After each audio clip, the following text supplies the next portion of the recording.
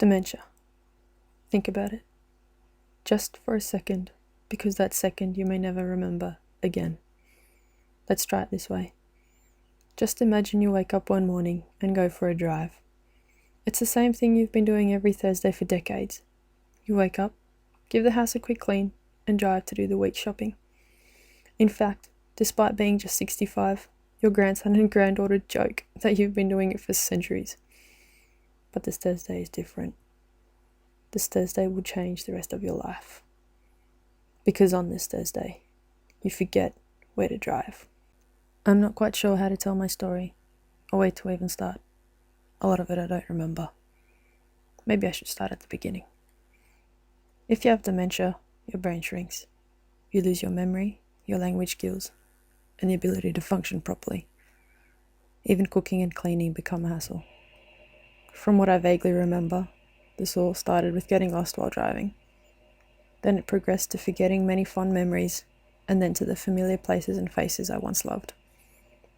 I sometimes get very angry too, and feel as though there's an electric storm in my head, ready to unleash itself. I get aggressive. I get loud.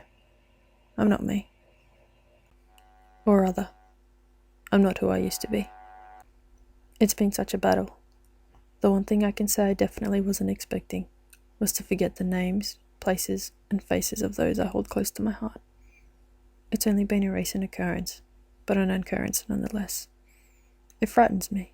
It frightens me greatly to think how much worse it's going to get. In one positive, this journey has definitely made me appreciate the little things in each day that make me smile. Because I know that if it comes along tomorrow, I'm not going to recognize it. Some days I remember something.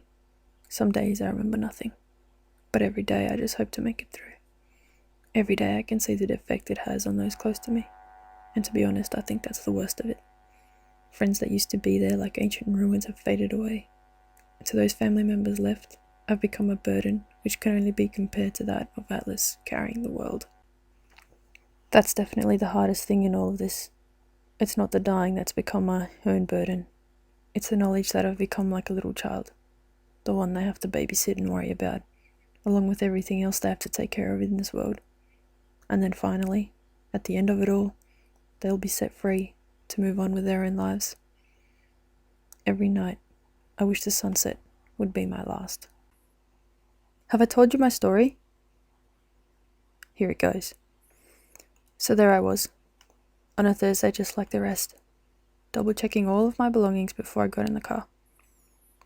But then suddenly, I couldn't remember where to go. It was all flying by so fast. Everything was blurry. No matter how hard I tried, the task seemed impossible. And that's when I knew. That's when I knew that something was very, very wrong.